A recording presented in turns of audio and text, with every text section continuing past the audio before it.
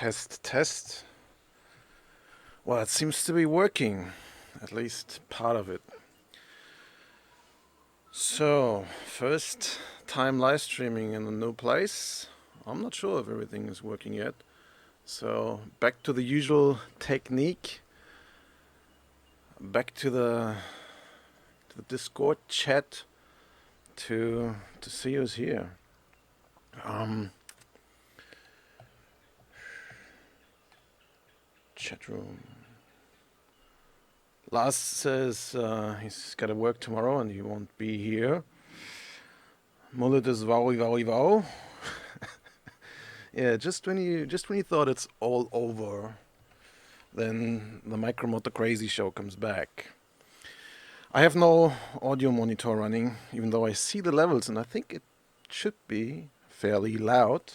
But yeah, please let me know if when you can hear me. And I will again post a link to the chat room in the video description. So if you happen to watch this live, please come to the Discord chat room here. And I'll also post this into the... How can I do this here? Into the video description.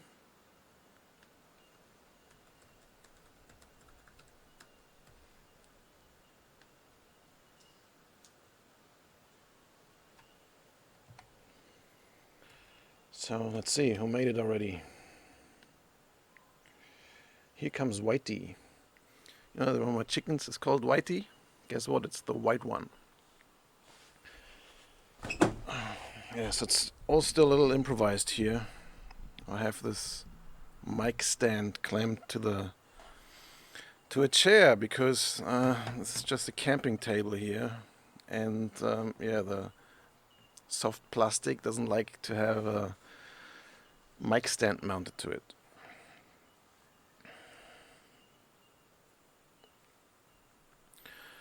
So let me have a look if someone is in the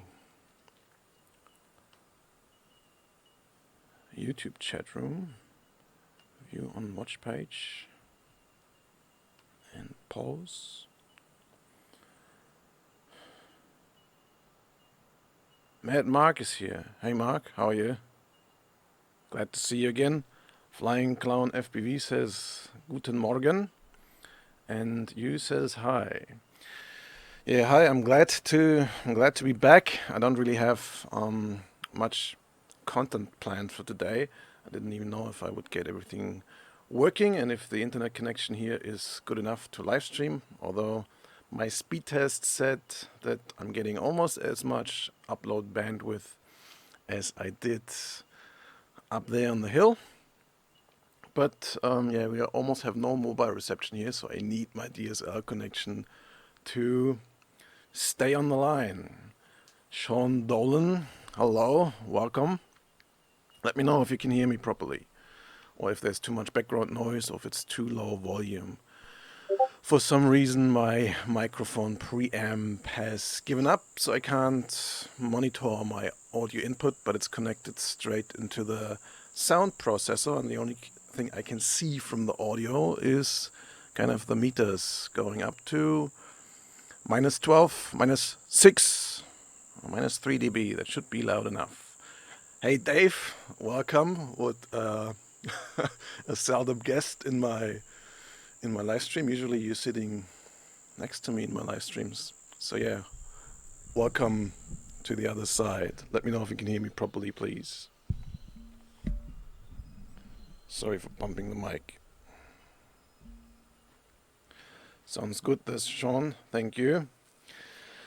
So yeah, I think I will do these live streams more like a Q&A in at least for the next couple of weeks coming, because yeah, I don't really have many projects in any finished state that are worth presenting, and also I plan to do quite a few of those in actual offline recording with the GoPro to put a little bit more diversity into it and also reduce the workload of putting up all this gear every time, at least until I have a stationary place where everything just plugs into place.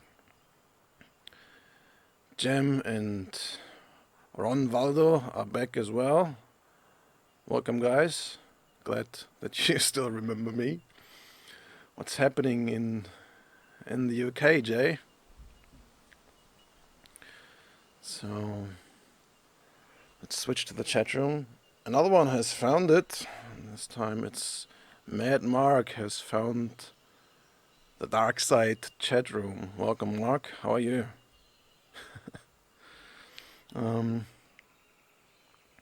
Here comes Whitey. He's doing some surgery on surgery. I think you can just this looks like not like surgery anymore. This looks like ready for the graveyard. A common problem on little brushed micromotors is that you knock the end cap out if you do not install the props properly.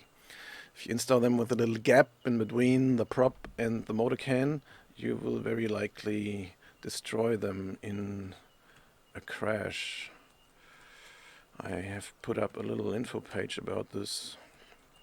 If you Google wisdom about mounting propellers, I think it should come up. Yeah, here we go. So Google wisdom mounting propellers and you get to my wisdom collection. Here's a bit of info about how to mount propellers properly and why they break if you don't. I will paste this into the chat room.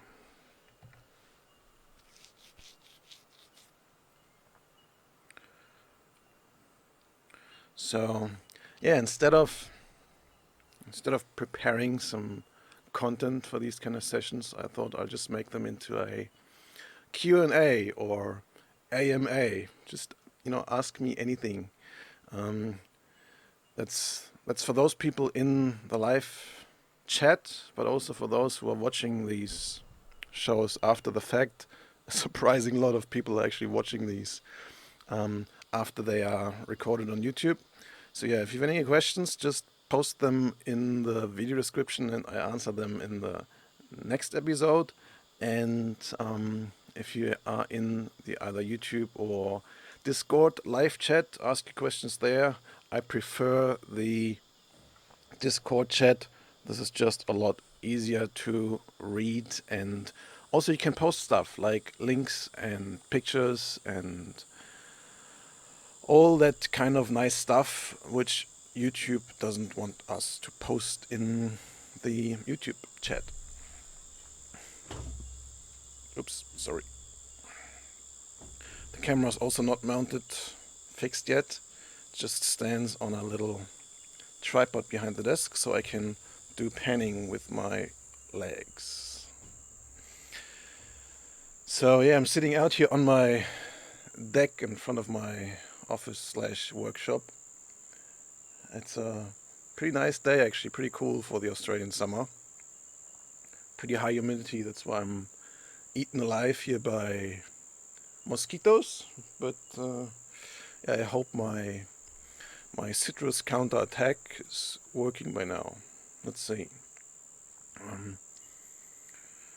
I see Bob Nova and Mad Mark typing. Yes, so this is probably the most typed comment by me in RC groups, Facebook, Reddit, chats, emails, wherever. Don't push the shafts through the motor. That's not good for these little micromotors. You need to prevent the shaft from being pushed inwards by installing the prop that it sits flush against the motor housing. Yes, Mullet, we're in the jungle now.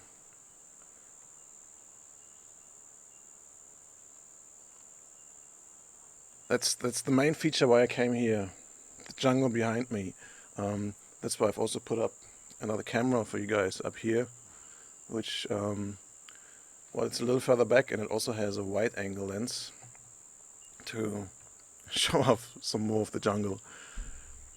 It's actually pretty amazing. It backs right onto a protected piece of bushland where, as far as I can see, it was never touched in many places. So many of the plants you see there, for example, the large tree in the foreground, they're hundreds of years old, and the settlements in this area, they're around 15 to 20 years old. This house here was built around 18 years ago, and at that point there have not been too many other houses around. So I think the oldest house down there, a couple hundred meters, is around 25 years old. So part of that is untouched bushland, which is pretty exciting to sort of live in. There's even more birds than in my last place. The cockatoos already came and wreaked havoc up there. And it's also quite interesting to watch all the wildlife. For example, lizards and snakes and birds and all that kind of stuff.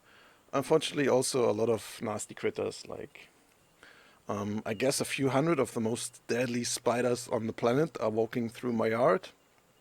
But, they are more afraid of me than I'm of them. And I can wear shoes. I usually don't, but if I'm walking around in this yard, I will wear shoes. It's, pretty scary down there. I'm not sure if I'm gonna do something against the funnel webs. I mean, they live here longer than I do. And as long as I'm not stupid, I'm going to survive. So there's quite a bit of land down there which belongs to this property, so we'll have some fun there, flying around and probably having quite a bit of fun getting stuff out of the trees again.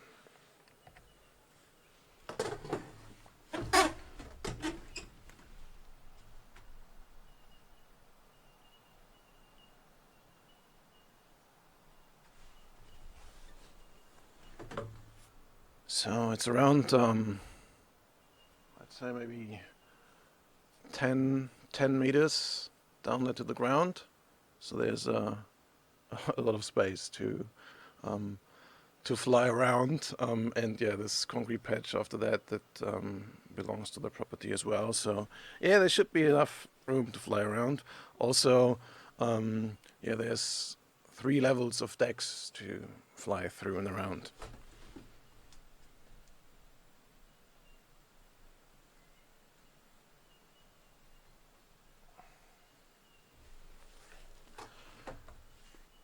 Over there to the left, it's all untouched bushland. I might dare at some stage to fly in there, but I'm probably risking my stuff flying over there.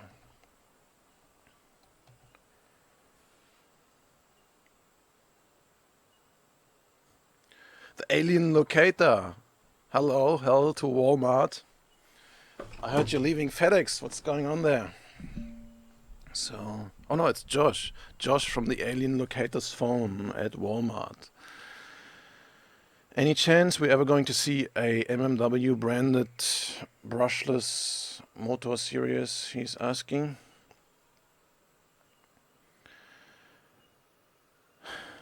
I don't know. It's probably a long while if it should ever happen. Many people say to me, since I started doing this, brushed motors, they're old, you should move to brushless motors. And especially since brushless motors or brushless micros actually have become a very affordable and also very powerful option. Yeah, it's a good question if we should do brushless, but currently it's just like that. There's so much to do and so many more people want to buy brushed micromotors that I currently have no bandwidth to start this all over and and make brushless motors. There are quite a few out there, so it would be a lot more difficult for me to start in that area as opposed to me starting on the green field. How long is it ago? 3 years? I think it's only 3 years, or 4, or something like that. On the green field, starting to make brushed micromotors. I think it actually helped me a lot that most people think this is not gonna work out. So no one did it until Tiny Whoop. So last year, mid of last year, then everyone became awake and realized that it's apparently a good business and started to make Tiny Whoop motors and batteries. So yeah, to answer the question, maybe, but not soon. Brushless micromotors are not really on my agenda.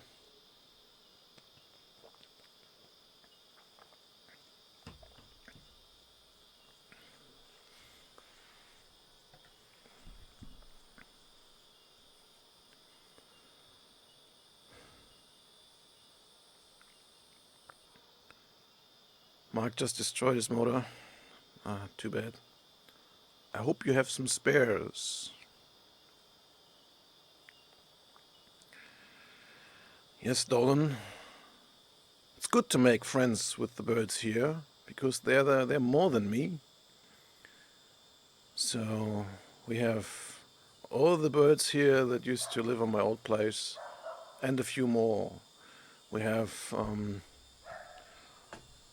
white cockatoos. We have rainbow lorikeets, king parrots, and kookaburras. Lots of them. You might hear them, although it's not their time. They're usually sleeping over lunch, I guess. And they make noise in the evening and in the mornings. And there are also a lot of turkeys. That's why I said I'm gonna do some GoPro videos, primarily I think in the next couple of months to show you a little bit of downstairs. For example, the crazy brush turkeys. I didn't know that they actually could fly, but sometimes the neighbor's dog comes over and runs through the yard chasing the turkeys, and they actually can fly. So sometimes they sit up here on the trees, and yeah, they can't fly really well. It's more like a controlled crash.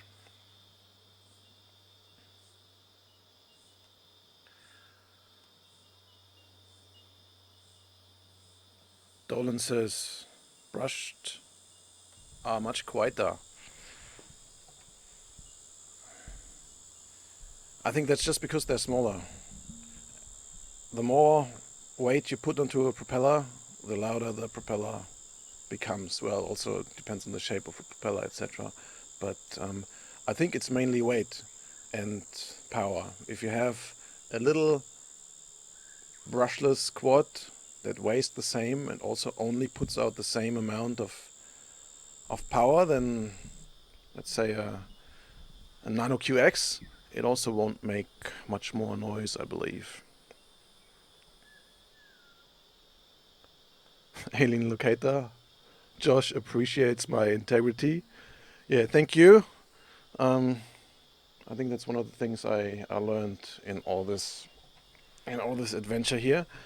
Just don't promise anything that you don't know yet if you can hold your promise. So I really like flying brushless quads. I think they have a lot of advantages over brushed motors, but I think they also have their niche, and in that niche is what I landed, and that's what I also still prefer to fly myself. So here we go. That's where we're gonna stay for a little bit.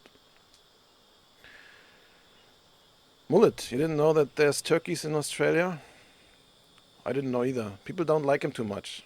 They're called brush turkeys.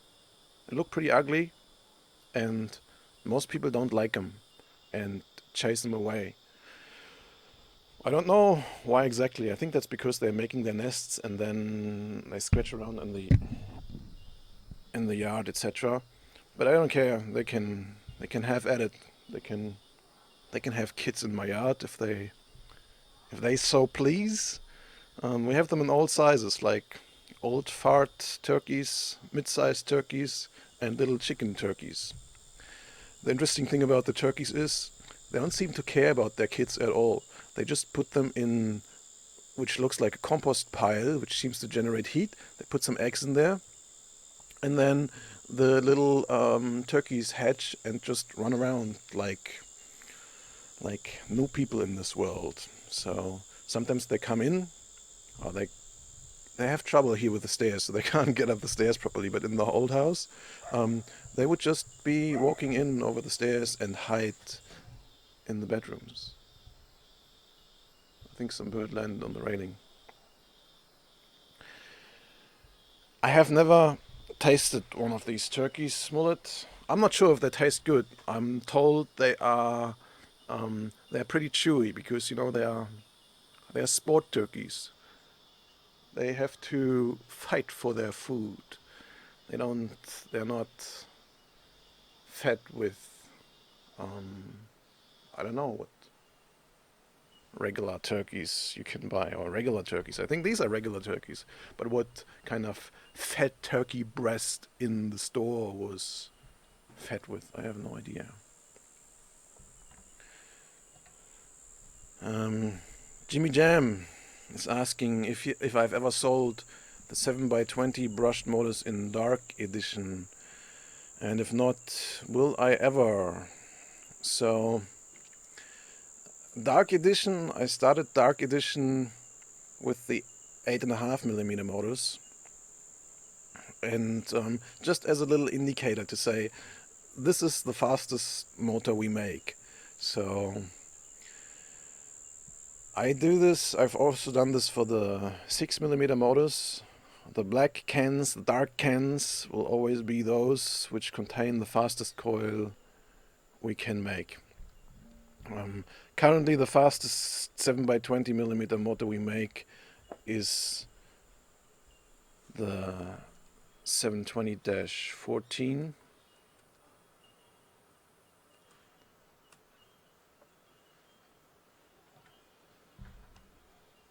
$14,000 kV, and this is good enough for most ready-to-fly flight controllers, like the Hobsons, for example. It's already too fast to put them onto an NQX flight controller, and yeah, we're making this motor for a long time now. This is one of our oldest motors. I think it's a good 3 years old by now. That means the model, not the motors themselves. I think they get turned over in around 3 months usually. So this is currently the fastest 7mm motor we make. If you want to have more power, I suggest you go to 8.5mm or 8mm. I think you can make a faster motor by now. At the point when I was designing this was the fastest we could come up with without sacrificing lifetime big time. But whenever I will make an even faster 7mm motor, it will probably be black, yes. Brushless turkeys are quite up, says Dolan, and tender. I've never came across one. I prefer cows on the plate. Mad Mark thinks the micro-brushed motors are sick. Thank you. I made your tiny whoop ridiculously powerful and twitchy. Well, if it's twitchy, you might be able to counter this with flight controller settings. I assume you're running a programmable flight controller already, Mark? If not, get yourself a B-Brain, or well, there's some other hoop type flight controllers that apparently work. There's the B-Core, yeah, I'm sure you know that. I've never tested that because I was happy with the B-Brains. And then there's the Acro Whoop flight controllers, which I had a lot of issues with, so I've given up on them for now.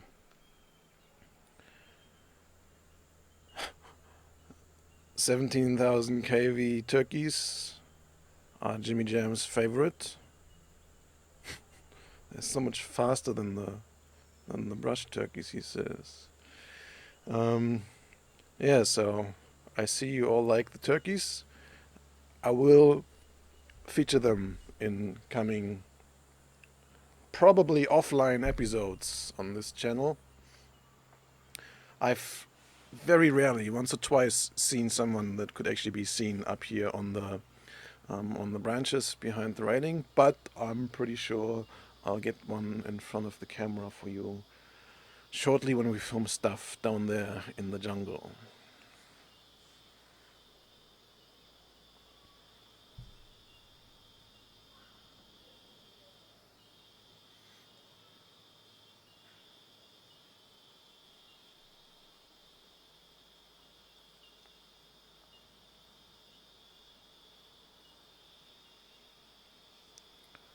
Let's have a quick look in the YouTube chat room if something's going on here.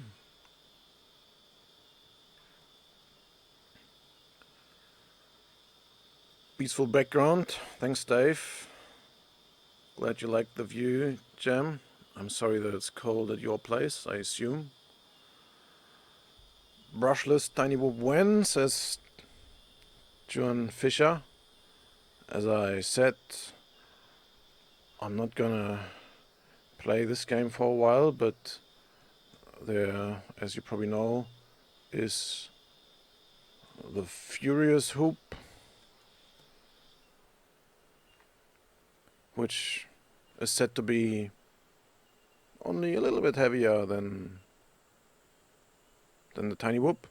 But yeah, if you look into the specs, I think it's actually a lot heavier. Molecular light at 45 gram. Well, that's 20 gram more than a Tiny Whoop. I thought that would be without the battery. Oh, here. See, they have kind of different understandings of all-up weight than I do. Features says molecular. I know what it means. Sorry, I can't pronounce it. Light at 45 gram all-up weight. And then at the bottom they say that is not true, but it's actually 45 gram without the battery. And well, at 2S 300 milliamp, that's probably weigh another 25 gram. So yeah, it's more like 60 gram. This is for me a little bit against the idea of the Tiny Whoop. A 60 gram quad flies a lot different than a 25 gram quad. And yeah, in many places, including this one here, it's just a lot more difficult and a lot more dangerous to fly larger stuff. But yeah, probably won't be able to resist either. And if this thing gets some good reviews, then I'm probably gonna buy one too. I have grown to be not much of a fan to buy Furious FPV parts version 1.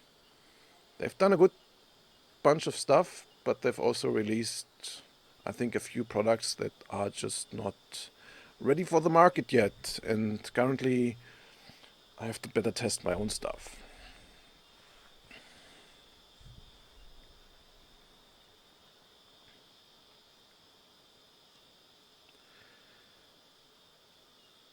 Flying Clown FPV says, do you know if my LiPo will sell bigger high voltage 1S LiPos like 400 to 600 milliamp?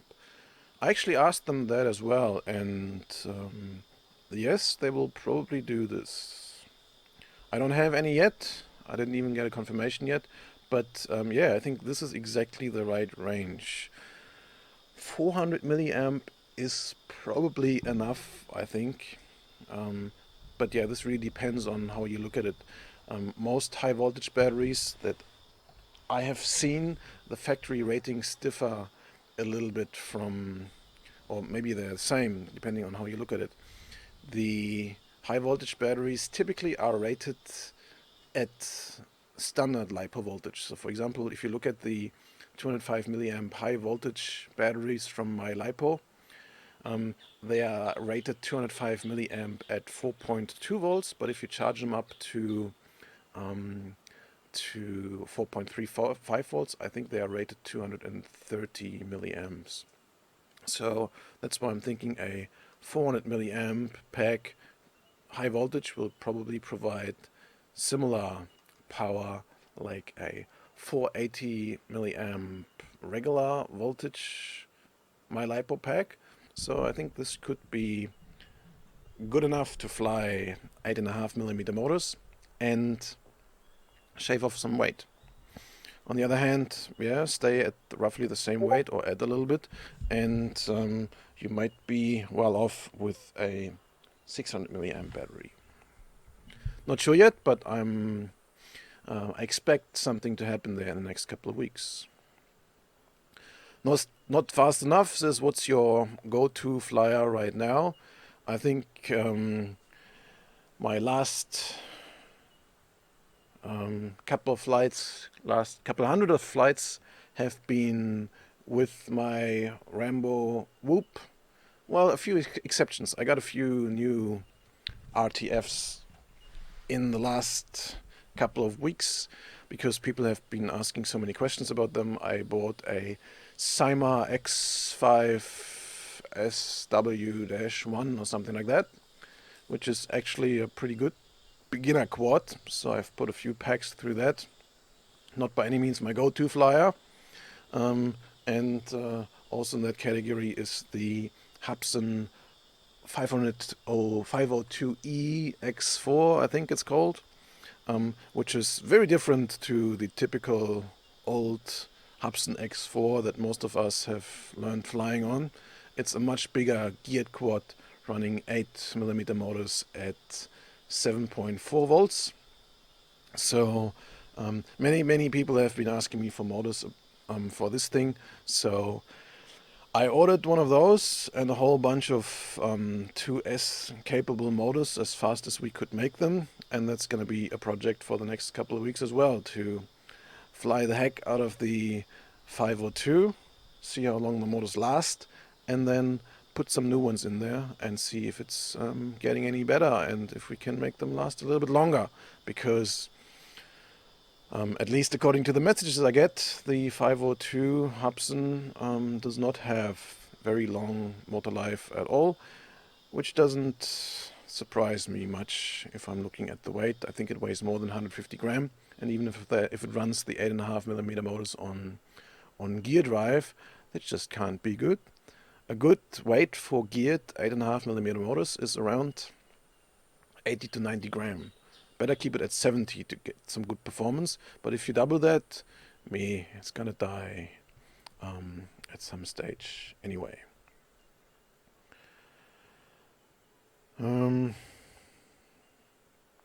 Flying Clone FPV suggests to check out Nick Burns' channel. Not sure what you're referring to here, but I hope Julian knows. Oh, brushless tiny whoop just underneath. He says, Jem already has some 555 milliamp. My LiPo is ready. 555 milliamp. My LiPo. See? What all I don't know at the end of the world. I'm sure Boris has... Oh no, this is 3S. But usually when they have them in batteries, in this case a 3S battery, they of course also have the separate cells. So let's have a look what they have. Oh, and there was no high voltage one.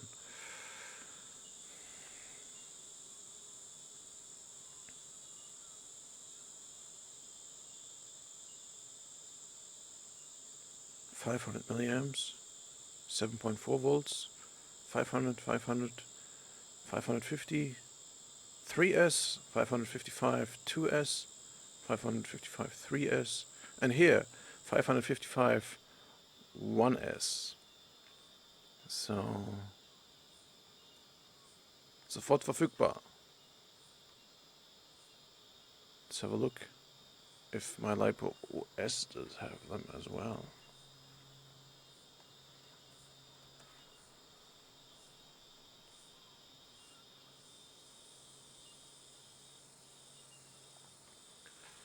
Probably only have one page there. Let's see. 4 to 800. Here, 2S, 3S, 500 milliamp 2S, 500 milliamp 3S. Here's a 555 1S, but that's the regular Voltamat pack. 2S. Here you go. Available now. So yeah, if you want to have a 555 milliamp high voltage pack, go here. I post the link in the chat room. Oh, I was too slow. Joe Junkie already posted it.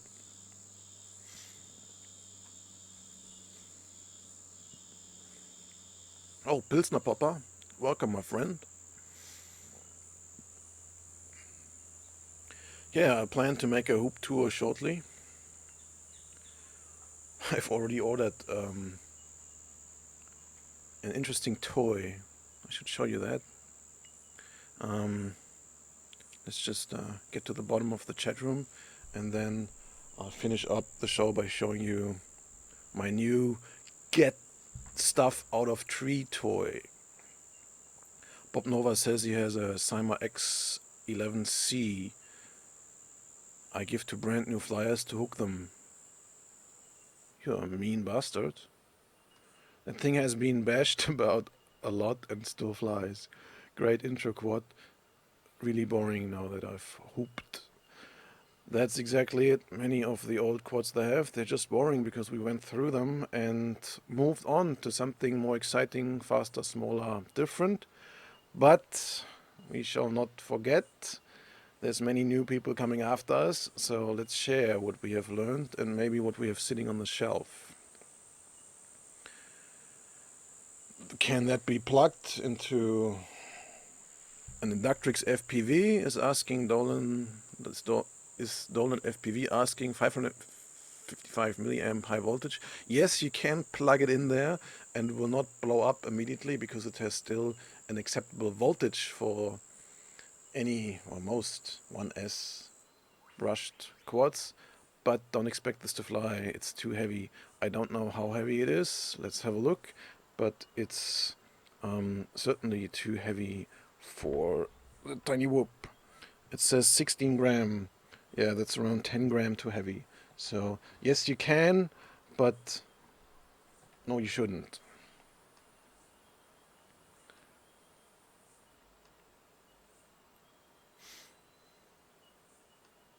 So, however, if you fly this Inductrix FPV flight controller with larger motors, yeah, this might work, but you might see oscillations depending on the motors and depending on the battery power and weight. All the Blade FCs, if you put faster motors on them, you might get problems with the PIDs, resulting in oscillations, and with the throttle curve, resulting in a very, very aggressive throttle curve. Sometimes even the lowest throttle position you can give is above hover throttle. I call this the flying bull setup.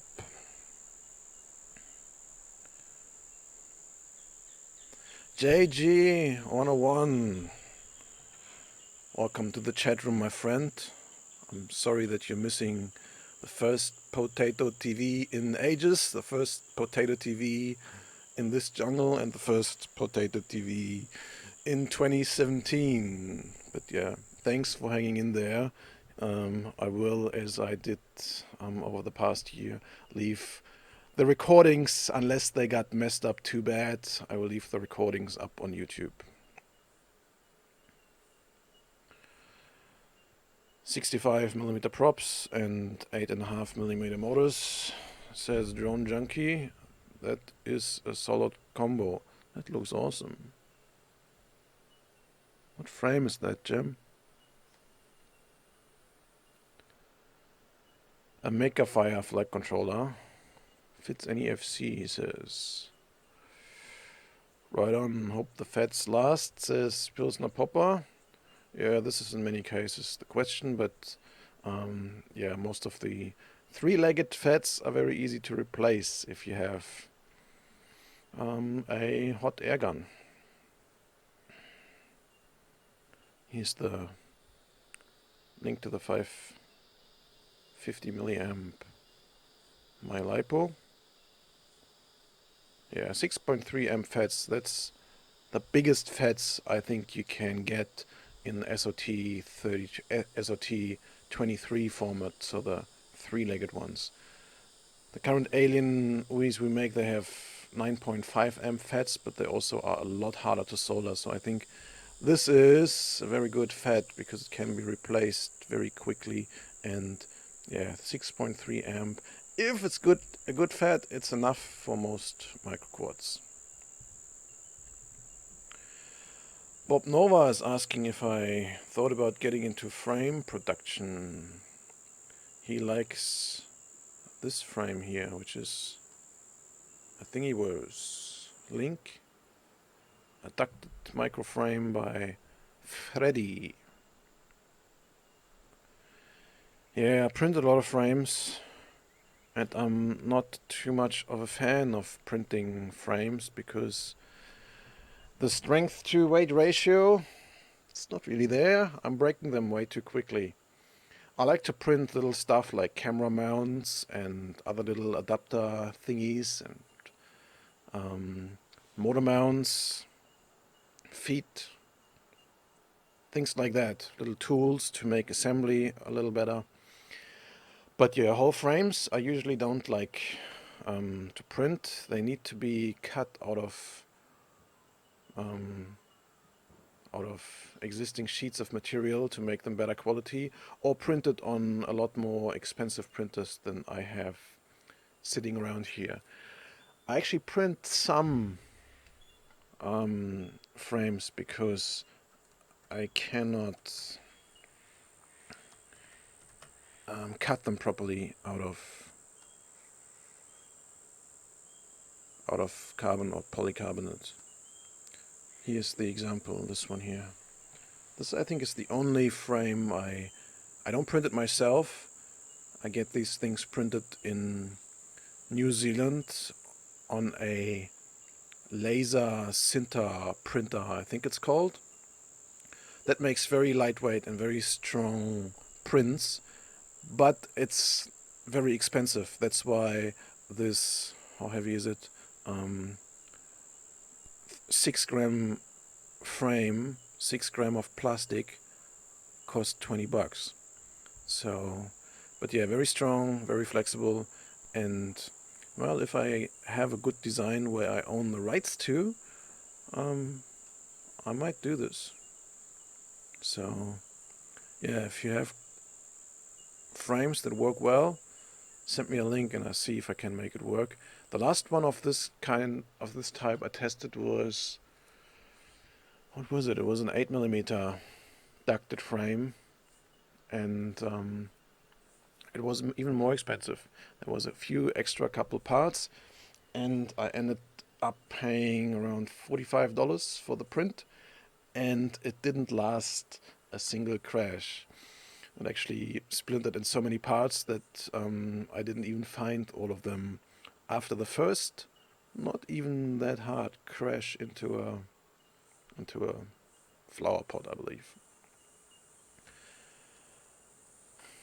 So yeah, I am partly already in frame production. If you go to micromotorwarehouse.com/products frames, you can see all the frames that no, I don't make any of them myself. I have them printed in various places, or cut or milled or injection molded. So yeah, I don't plan to go into frame production myself. I'm only producing on my little printer for research and personal entertainment purposes. Drone Junkie says he's flying his E010 with 240 milliamp high voltage batteries. 240 high voltage? What's that? I've never heard about them. I do have some 255 milliamp MyLipo high voltage packs, and they work surprisingly well on the Tiny Whoop, even though they are, I think, 1 or 2 gram heavier. Pilsner Popper is asking about Star Wars drones. I'm happy to report that finally my speeder bike has arrived, but on the downside, the company never replied to any of my messages, and I sent a lot of them because I have a lot of problems with these copters, and I don't seem to be alone with that. So yeah, I'm a little bit concerned about having spent almost $1,000 on a couple of copters and then not getting any support from them. I was short of complaining to the credit card company, and then the third one actually showed up. So yeah, I do have 3 Star Wars Propel quads, all of them that they currently offer. They did not, I think, release the Millennium Falcon yet or at all, but I have the speeder bike and the TIE Fighter and the X-Wing, and they're all actually pretty fun to fly, especially once you've figured out how to switch off the altitude hold and put it into expert mode. They actually are pretty fun to fly. I've read a lot online about other people's experiences, and quite a few seem to destroy the motors on them, which is not a surprise because the motors are mounted down, and if you actually get to play with someone else, the game that Propel wants you to play, which is shooting each other with LED infrared beams, I believe.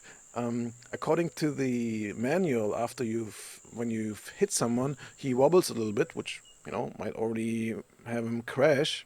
But if you hit him 3 times, apparently the opponent's quad will tumble to the ground. Now, even though there's a little prop guard on the bottom, that's kind of really flimsy, and I personally fly them without the prop guards. I haven't broken a motor yet, but I think this is very likely that it's going to happen. So I haven't taken them apart yet, but I peeked a little inside. I think there's 1.25 millimeter plugs in there, so it should be fairly easy to replace the motors. And because one of the things that I read about Propel Online is that they at first do not usually require a reply to support messages at all. When they reply, they will tell you that they know they don't have any replacement parts for these quads, including propellers and motors. So yes, I do even have, as with most things we come up with, a personal interest in having good quality motors available for these Star Wars quads, because I invested a lot of money in there and they are really cool to fly. So I have them displayed on a little shelf there, and I let visitors to my workshop take the lid off and listen to the music that they make, and I fly them around myself. I don't really like to give them into the hands of noobs and fly them around here in the wilderness, but I do demonstrate flight with them to show them off, because I think they are a really good model on display and to fly them around. But they're very expensive, and it's rather frustrating that the company delivers as good as no support. So I'll see what I can do to make some reasonable motors to at least provide a quality replacement motor for people who have been stung by Propel. So far to 8mm motors, and then of course we'll make them as universal as possible to also allow you to use these 10mm motors in different setups. I have done this quite a while ago, so I already have a 10mm Dreamcatcher frame, which I'm going to release the print files on if that all works out properly. Drone Junkie posts 0 Friday frames. Oh, that's the frame of the quad you just showed us before. Looks pretty good. Come on, open up. What's happening here? That looks pretty good. What is it made of? Is it carbon? Yeah, it seems to be carbon with some white stuff on it. 22 island bucks for it. That's pretty good. The airframe was designed around the same ethos and thinking to that of much bigger 5-inch brother, Taboo. I don't know this one. Either this one or the Taboo. But yeah, it looks pretty good to me. The only thing I change is the antenna. I don't really see much need for circular antennas anymore. I'm getting as good, if not better, results with just a piece of wire soldered to the VTX.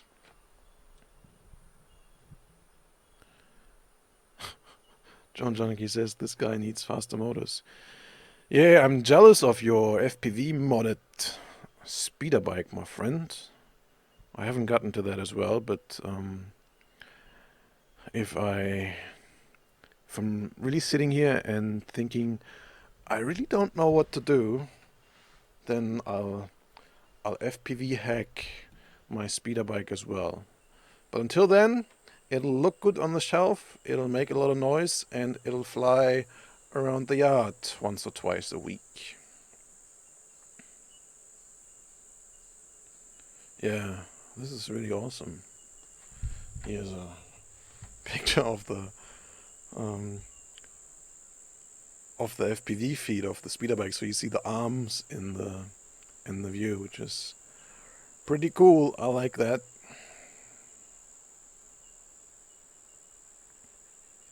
Yeah, I think a lot of people are jealous about that speeder bike build. Well done, my friend. Is it still flying good? I think, if you've taken the throttle brake, the altitude hold off, it actually has quite a bit of power. So I imagine flying indoors FPV, it'll probably be more than enough.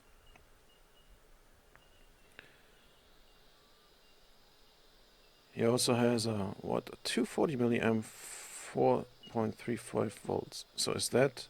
that's actually a 240 milliamp at 4.2 volts, I believe. So it'll probably have something like 280 milliamps if you actually charge it up to 4.35.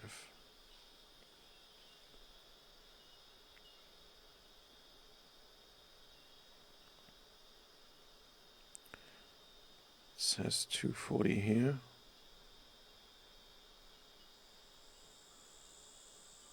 Does not say it on your page. Maybe did you copy that info, Jem?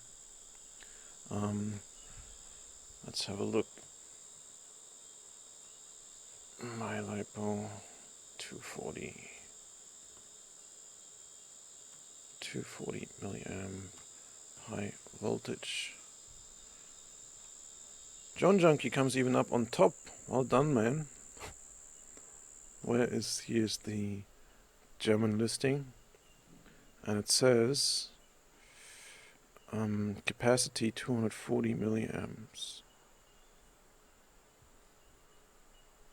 Does not contain an alternative rating, but usually all the other high voltage packs are rated at 4.2 volts on the label where it says 4.35 volts. So you can probably expect some more capacity out of it when you run them from 4.35 volts. But also, this usually doesn't mean that you will get longer run times, but because you have more voltage available, you will usually use that, fly faster, run the motors hotter, and get to a similar runtime, but to better performance.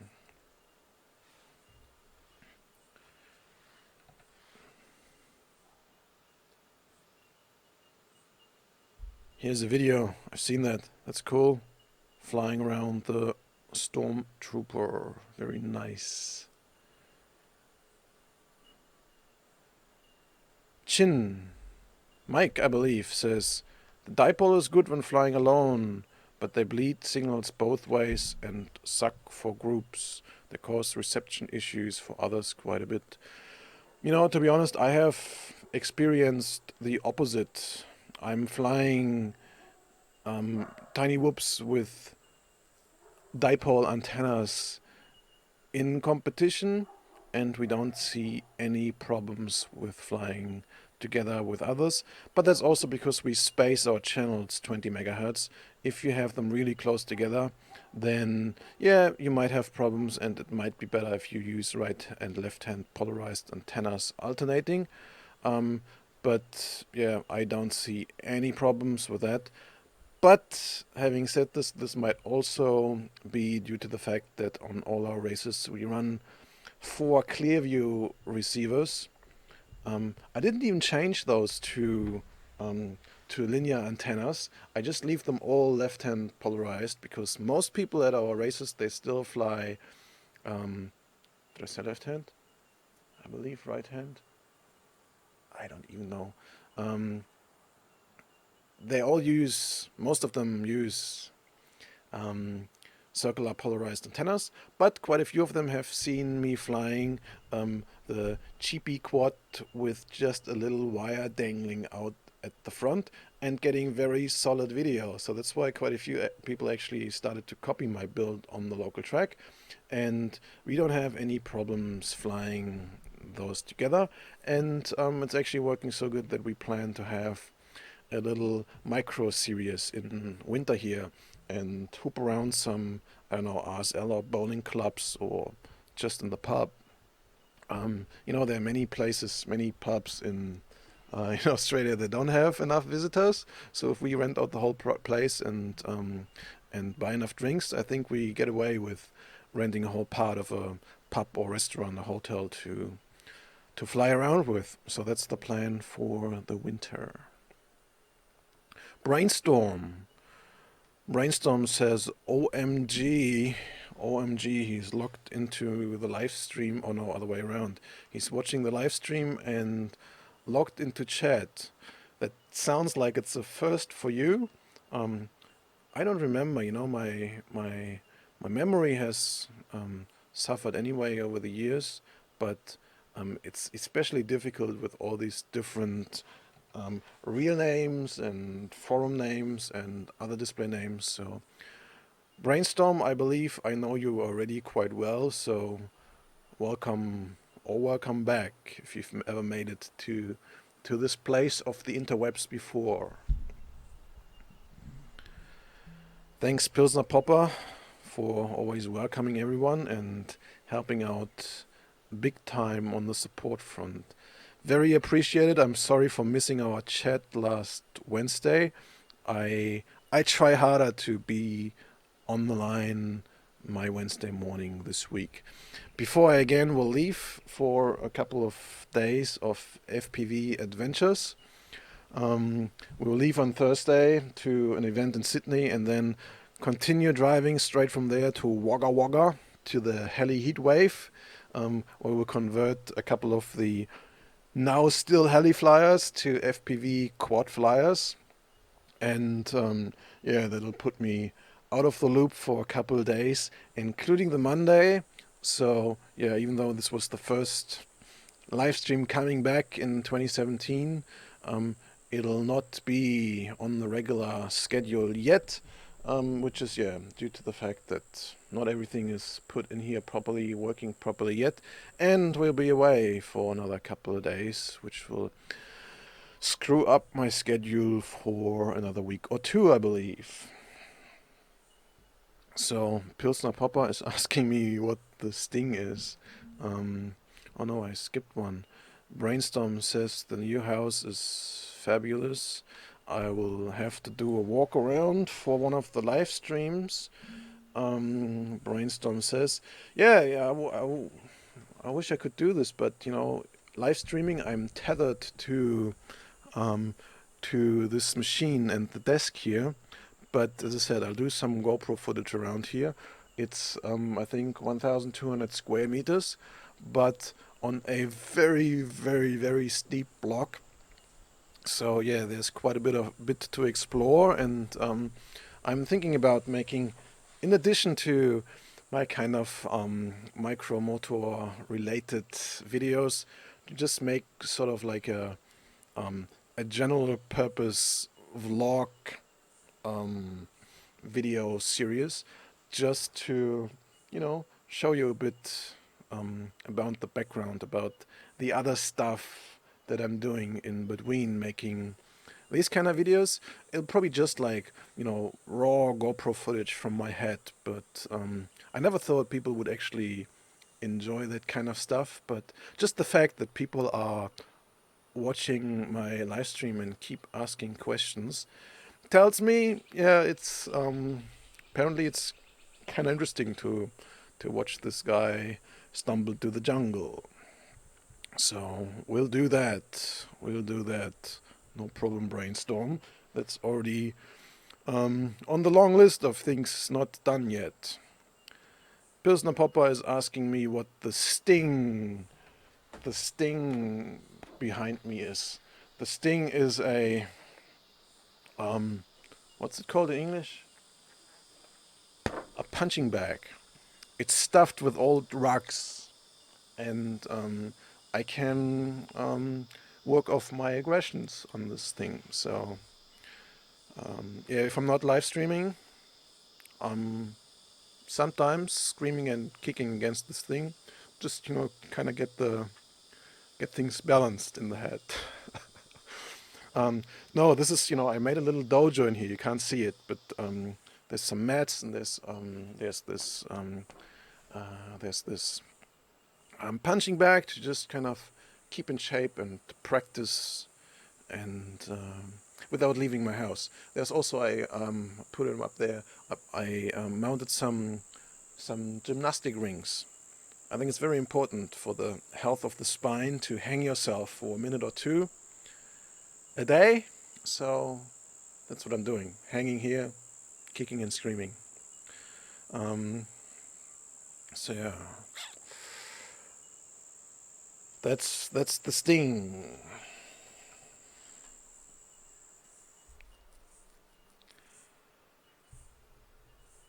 Chin says, I see it on the LaForge TrueD scan a lot. I think you're referring to the interferences between different FPV streams. I'm using a TrueD version 2 myself, and yeah, but usually not in competition. That's where we always put the big receiver box with all the receivers up there and connect straight in there.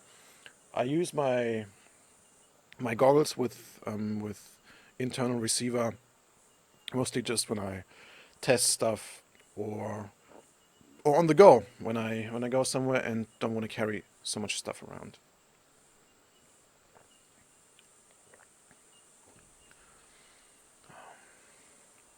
Thanks, Chaotix. Yeah, of course we do a flyby tour as well, but yeah, I think it's also good to see this all around here in HD. So I'll make a little GoPro on my head tour around the yard when I do stuff here. I'm using the yard also as an exercise um, uh, project opportunity. So it goes way down there, so I have to walk a couple of stairs down and then a path around to the car park. And yeah, I lost 3 kilos during the move walking up these stairs a couple hundred times. And yeah, I also made it a personal challenge for me to maintain the yard and run up and down, defend against the critters in here, and chop down old branches and rip out weed and stuff. So, not that I'm really a gardener, but yeah, I think that's a cool way to be in nature and stay fit. So, if someone cares about my crazy backyard, I'm gonna make some GoPro videos about that. Oops, wrong button. So yeah, thanks. It really looks amazing. I feel very blessed to be able to live, work, stay here. I don't go away here. The only reason I go away here is to go to Dave's FPVR events. Apart from that, I prefer to stay here. Chin says he has a frame coming soon to the scene, designed and sold by a local company that may be right up your alley and incorporating much of what you talked about. It costs less, is durable as hell, and lighter than 5 gram. I'm interested. Let me know, Mike. That sounds exactly what we need. Ideally, injection molded. I don't know what you mean, Brainstorm. Chin, yeah, 6mm hoop frame, that's what I thought. Yes, please.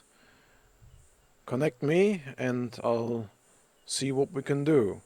This reminds me, I just bought a whole bunch of Fury B F36 frames. They will be part of the Rambo hoop kit going forward. Shaves off, I think, around 2 gram. And also just mentioning at that point, I shipped 20 parts for 20 Rambo hoop kits to the US. So as soon as I get my act together there and update the inventory system, we will have them on sale in the US. As I said, only 20 of them. But yeah, I think that's already a good start. This build is becoming quite popular. Lots of people have asked me for it, and I've already sold around 20 or 30 locally. People are very happy with this, so we'll take it to the next level and yeah, shipped a couple of them to the US. And yeah, I'll also sit down during the week and order some more parts because we will be running out shortly, I think. Pilsner Popper has cut down on the beer drinking. What is that? What are you popping then? So the big question, are the tiny whoops dying? I don't think at all. It's been one of the most popular quads in history, and despite many people moving on to new things and being very vocal about this in social media, I think the popularity of this quad is only going to grow, and we'll probably see a lot more of these style quads. This style meaning around 20 to 30 gram of total weight and ducted propellers. I think that's a very good recipe to keep the damage down to the quad and to everything around it, and makes just the perfect beginner quad. And yeah, with the battery and motor performance we have arrived at, I think even for many experienced flyers, it's still a very challenging quad if you actually open it up. And in many places, just the only one you can fly without getting in trouble. Yesterday, we've been sitting on the Wyong Race Club, and they had a ham radio field day in there, and I got invited to put up a little video station, so I carted all my gear there and hooped around the place for a couple hours. And yeah, this is just not possible with any other quad, so I don't think so. Tiny whoops or the likes are not dying at all. Either the opposite, rather the opposite. Save the hoop. Everyone wishes they live in the jungle, including Punching Bag and Dojo. Yeah, for me it's a dream come true to live in this environment, be able to live and work here. I don't even have to go away to work, but my main desk, my second desk, and my third and fourth desk. Yeah, I've gone crazy a little um, putting stuff in here, but there's a lot of workspace and office space right behind this camera, so I don't have to go anywhere to work, live, exercise, fly, have fun. And yeah, there's enough space to fly around, even though it doesn't look like that. Um, and we'll put up like a permanent track around here, and yeah, I'll invite friends and for the weekly Friday flight, and yeah, I'm sure we post some footage of that as well. So for those of you who are living local, send me a message. I'll tell you how to get there, get here. It's not very easy to find. So unless you know where I am, it's yeah pretty hopeless. So um, I don't know if this is everyone's dream, but it was mine to live in the jungle and have a good internet connection. I think this is the key to it. If I would have no internet connection, I'd just be sitting in the jungle. But since I do have a good internet connection, I sit in the jungle and have everything I need. Just order it online. So, Papyrus flies his quad daily. I think, it'll end up with like that. Everyone does have all sorts of different quads, but everyone also does have a tiny whoop to whoop around when nothing else goes. If it's, let's say it's raining or you're invited by the in-laws for dinner or whatever, just something that you can fly whenever you can't fly anything else.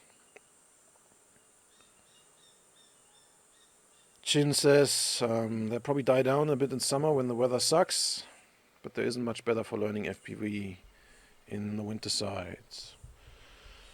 Yeah, I mean, even if it's summer, I found this to be quite a bit of a hassle to find places to fly with larger quads and not being hassled, even though I live in Australia. So, brushless seems to get more expensive. You know, brushless motors usually last a lot longer, at least if you don't crash them. But if you do, they are more expensive to replace, and also because things are heavier and faster, stuff tends to break a little easier. So that's why I think, even if the motors theoretically last longer, which is probably the only thing that really saves you costs on a brushless build over brushed, I think brushless is the more expensive choice, especially for the beginner. So yeah, that's why, it's no surprise that Banggood and Eachine and all the others over there are cranking out new brushed toys like crazy.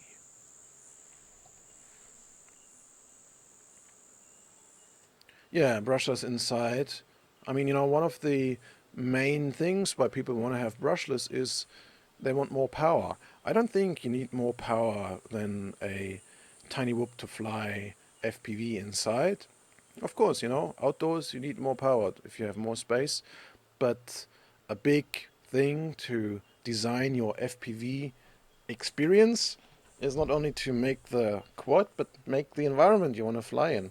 And if you already have an indoor environment, a little apartment, a house, a little yard, it's difficult to fly a brushless quad at the limit, and you're risking to break stuff. I don't necessarily only mean the quad, the parts itself, but things around you. Plants get chopped up, people's eyes, fingers get chopped up. Don't fly in your TV with a brushless quad. Makes some very expensive scratches.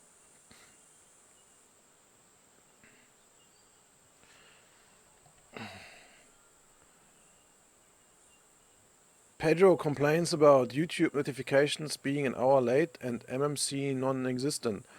What the heck is going on? Quite a few people have found it here. I'm sorry, Pedro. I thought YouTube would be doing its job and notifying everyone. Yeah, so, not surprising that you missed it. Um, haven't been doing much for 2 months, I believe. Not much in terms of live stream, that is. I've been doing much more than ever before. I've been so busy from morning to night. Doesn't even feel like, and time has gone.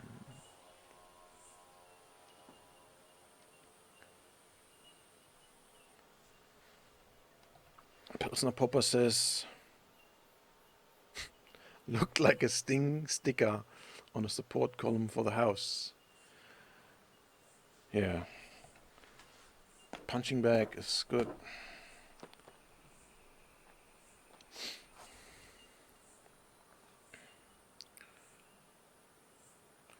Chaotix just hacked the Fury B F3 FC to SBus instead of PPM and flashed new FrSky code to cure the swamping issues. Flying much better now. Oh really, you can do that? That sounds complicated. Hoop Life, perfect gateway quad. That's exactly it. Drone Junkie and the gateway quad. Long time ago, I thought about putting up a quad and call it the gateway quad. But yeah, I've been talking so much about this and not done it, so someone else is probably going to be quicker than me. Pilsner Popper imagines those OS hoops be gone in minutes from posting, so yeah, that's why I hide it a little bit and just put it somewhere on the side, I think. Always a place for the hoop. The F36 is a huge upgrade from the E010. I believe so too. Yeah. By the way, Pilsner Popper, I got this. This. I think it's an AIO cam with DVR built in. It's too heavy for the hoop though. It's I think 3 gram more than the regular cams. I haven't tested it yet, but there's an SD card slot in there, so I think it can record and transmit at the same time. Not sure about the latency, but that's on my list as well. It's gonna get done at some stage. I don't have a little ducted machine. What's up with you, JG? I still do have a couple of Rambo hoop kits in Australia, so hit me up if you need one. You get special deals anyway in my shop, right? Even Madman jumped on the boat. Well, I kind of made him walk the plank, I'd say. I've modified Madman's Santa shipment and sent him a tiny whoop Rambo whoop kit. So, yeah, Madman has been hooked up forcefully, I'd say. Smallest you have 110 millimeters. You know, JG, the hoop isn't that much smaller. I think, what is it, 80 mil across? But yeah, 25 versus 50 gram and the little ducted props make a big difference flying through confined space. Papyrus says it's worth it. I have more time on my hoops than all of my 5-inch quad combined. Yeah, I hear this from many people. But yeah, it's winter in many places in the US as well, so and in Europe. So I think especially now, hooping is in season. Matt Mark likes brushed because he can sit down on my sea of parts and build something that's easily adaptable. That's right, most of the parts are interchangeable, so you can always come up with something new in your bag of parts. JG says he has Aquich. Well then, you can fly whatever you want to. Pedro can't be tagged. What's up? Did he disappear already? JG fixed the clutch on his truck. I have no idea of that stuff. If my clutch is broken, I go to Mr. Smart. Smart Auto in Gosford, and he'll do it for me. That's exactly right, Mark. You don't have to be afraid to fly stuff around the house and yard, even if people are walking around there. Yeah, I mean, 200mm doesn't sound so much bigger for someone who doesn't know about things than 110mm, but it's a big difference in danger potential.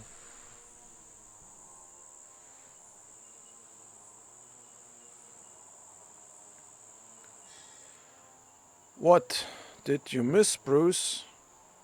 Oh no, it's not Bruce, it's Bruce's dad. I don't know much what you missed, Dad. There was not too much going on, but if you missed anything, if you think you missed anything, you can just go back and play the recording of this show, which will, I think, come to an end soon. It's already 1:30. But I'm not getting to the bottom of the chat room, no matter how hard I try. Oh, here it is. Matt Mark says, these are my two favorites at the moment. Two tiny whoops with two front-mounted cams. This looks like an Inductrix FPV, and this one looks like a Nano QX FPV. Both with, I believe, E010 frames. Yeah, Madman was walking the plank. And he even put an alien on his swoop, that's right. Oh, sorry. It was Pedro with the dead clutch. I'm sorry. So, I'll leave you with the jungle for a sec while I go to the human maintenance room, and I'll come back in a sec and catch the end of the chat room before we move on with live. See you in a sec.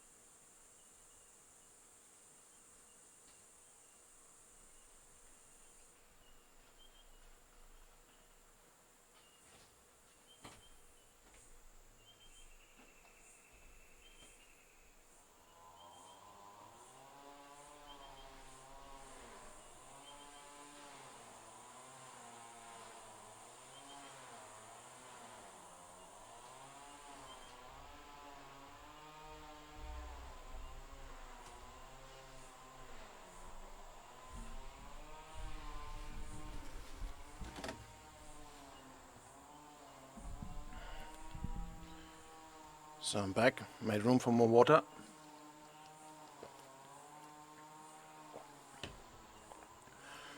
And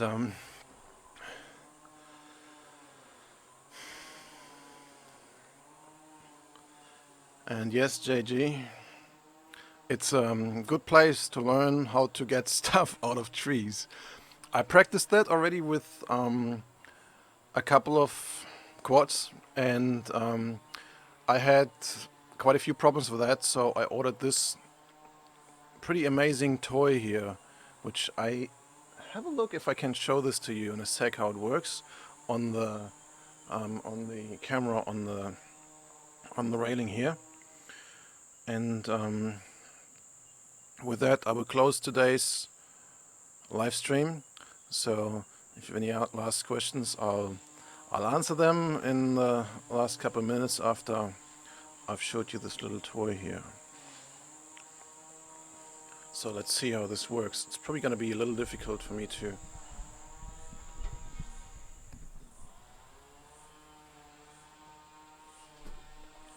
get it working at the same time.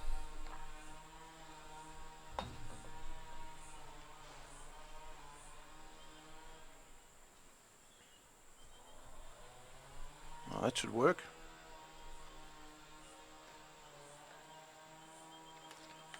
So this thing here is around a 1 meter long fiberglass pole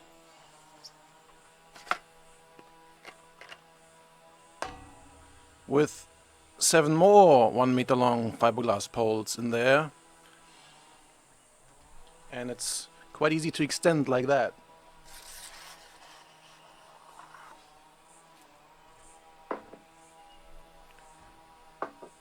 So this makes a 7 meter long pole in a matter of seconds.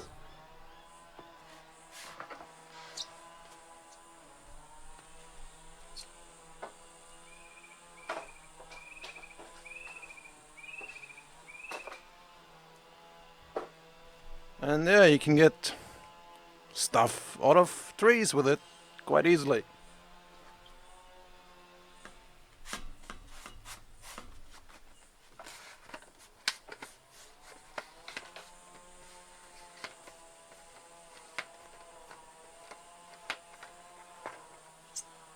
Folds back into a little thing.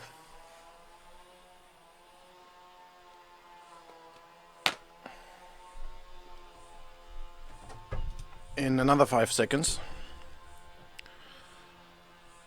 And it was surprisingly cheap as well. I think it was like $50 or so. It's called a Bali flagpole. They come, I think, in 6 and 7 meters. So of course I got the 7 meter version. I think it was 50 Aussie bucks. You might be able to buy this for like $30 US maybe. And if you're in Bali, you might get it for $10. I don't know. I didn't know. I've never been to Bali, that this is a popular thing up there. Seems to be. So yeah, every FPVer should have one. And Dave, if we had one of those on the last indoor race, we would have smacked the quad from the ceiling a lot quicker. So yeah, this is my tip for getting stuff out of trees. A Bali flagpole. My phone is ringing. Sorry, whoever's ringing there. I call you back in a couple of minutes.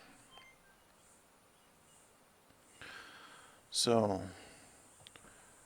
last round through the chat room. Kielcar, Big Country Gravy.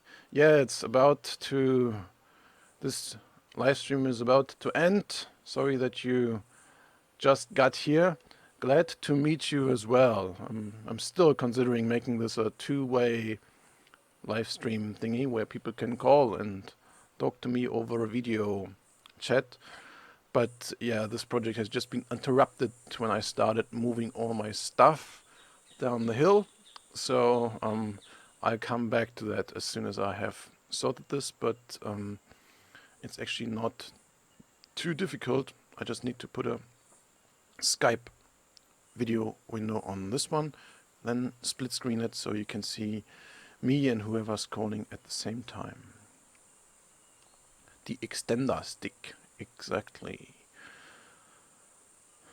Couldn't believe I discovered this thing for that little money and that good functionality.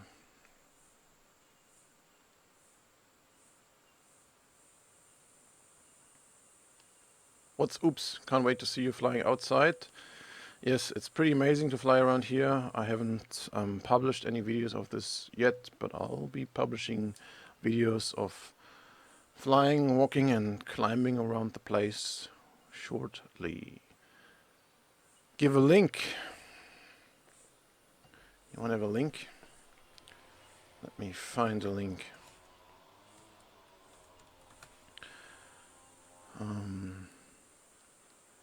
I think I got it on eBay. Let me check my eBay history.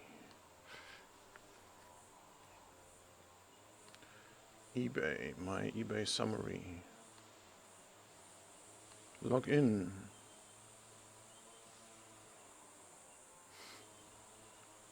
By the way, how much do you hear the background noise? I think my neighbor just discovered his new chainsaw.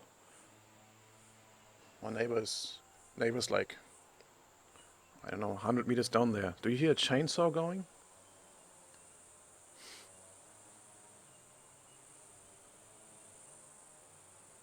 eBay wants me to pick secret questions.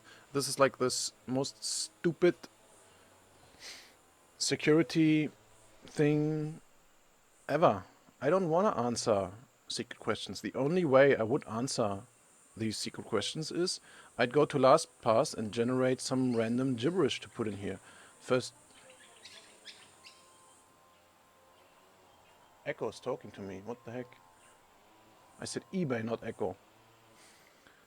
So yeah, you just enter some random 24 character gobbledygook in there, because the first company you worked for, you know, you can look this up on my LinkedIn profile if you want to. How stupid is that? I don't want to pick secret questions. I just want to log into my account as usual. And if you think, eBay, that my password is insecure, tell me to change it. Or make your system better. Here we go.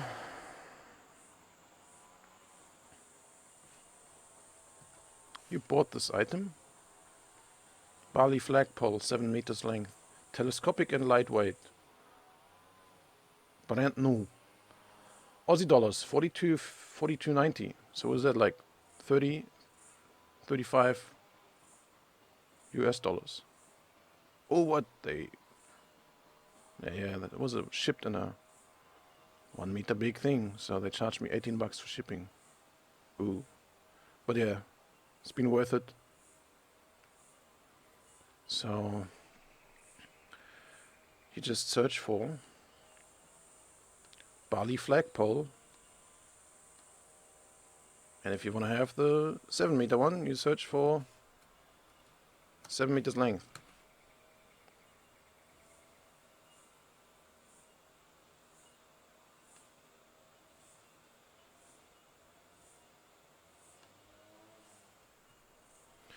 Sorry, this is the Aussie link.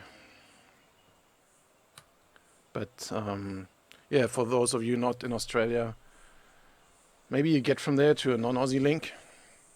Otherwise, just go to eBay, search Bali flagpole.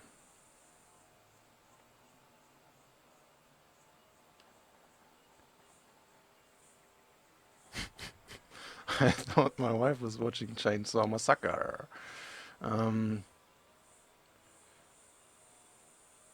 Multi-link video. Yeah, you know, basically just me sitting here talking to someone on Skype. So instead of the chat room, we would have a Skype, or maybe I can even have the chat and the Skype by using 2 computers and feeding both video feeds into the mixer. And then I make the split screen that I usually do for the FPV events. And so I'll be up here on the corner and someone else can be on this corner. So we can have like a conversation. Well, I mean, we sort of have a conversation, but I'm talking, you're typing. So One at a time, I might have you in here and yeah, kind of have a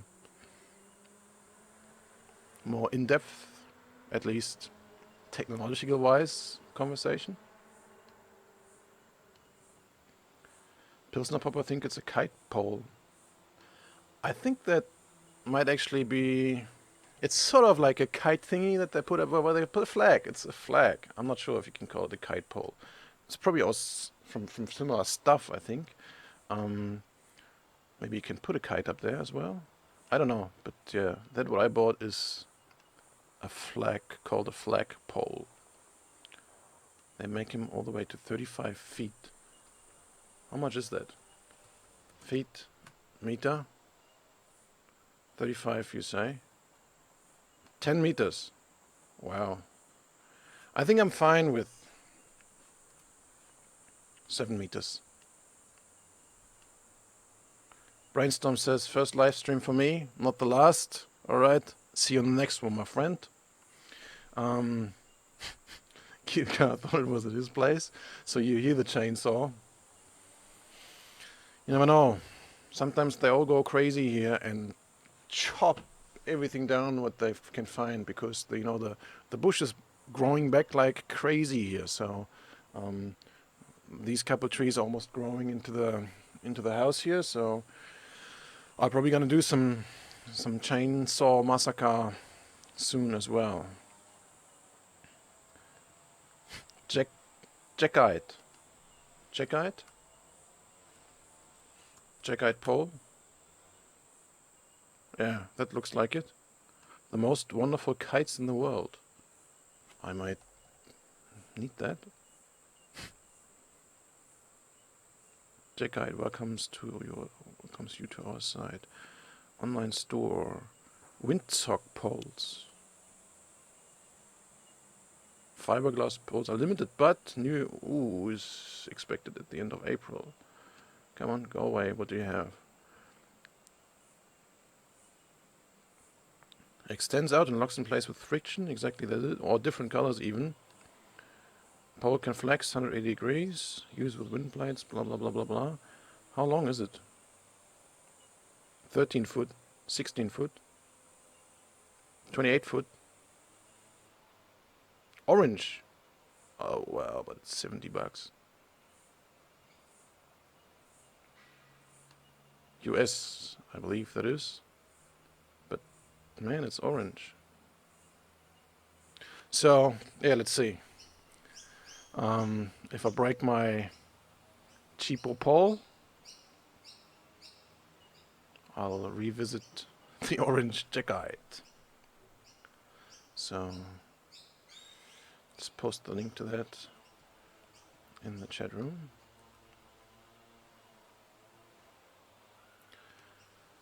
So Mad Mark put the Dr. Ben thing in the wrong place. What do you mean? In general, if you want to talk to someone here, it's the common thing to tag them by putting at someone. So if I type at Mad Mark, what's that?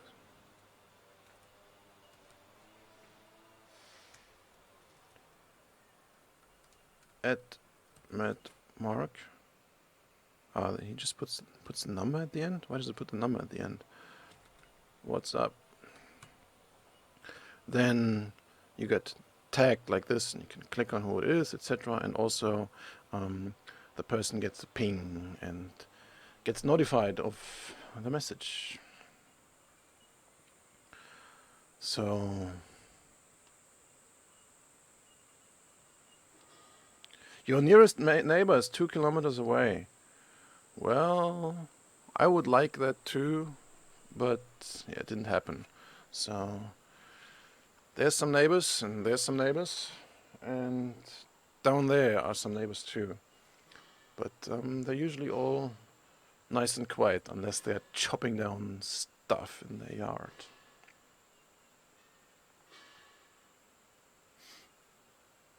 Bedtime on the East Coast, over and out for Brainstorm. see you later. Jack-eyed Pole has tons of results on US Amazon, so I'm sure you'll get happy over there. Pilsner Popper bought one for ham radio purposes. Very multi-purpose.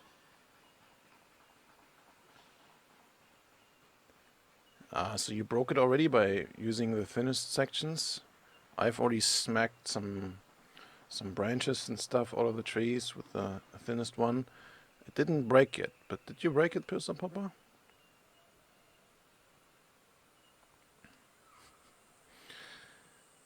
So, yeah, see, Mark, I just did this to tag you, not to actually talk to you, but, yeah, what's up, Mark?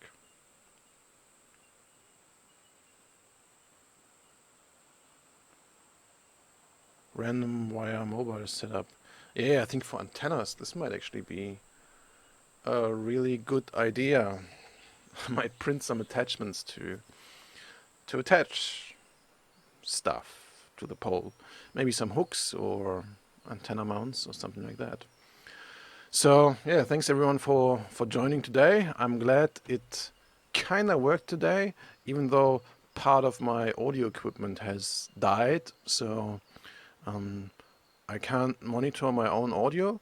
But yeah, but just looking at the meters, and if you told me that was good, I see the maximum peak as around minus 15 dB, so should be pretty good. Thanks everyone for joining, providing some feedback and talking to me. I'm glad you didn't forget me. Sorry for not turning up at this place of the interwebs for almost 2 months. It'll stay a little bit patchy over the next couple of weeks, but yeah, videos will be coming back, and also more live streams will be coming back. So thanks everyone for hanging in there. I see you next time.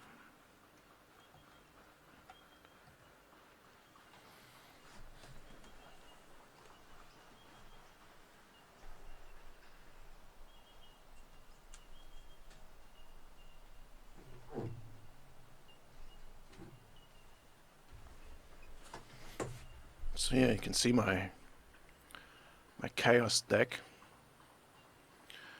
and I can do whatever I want to do on this little deck here, because the family has another one up there where it's like dinner table and barbecue and hammock and stuff like that. Yeah, Madman, that worked. So you tagged me successfully. So yeah, I'll be putting all the stuff back in there now, and start packing, shipping stuff, and calling back whoever calls me like crazies there for the last couple of minutes. See you later. Oops, wrong button. It should go black. Bam.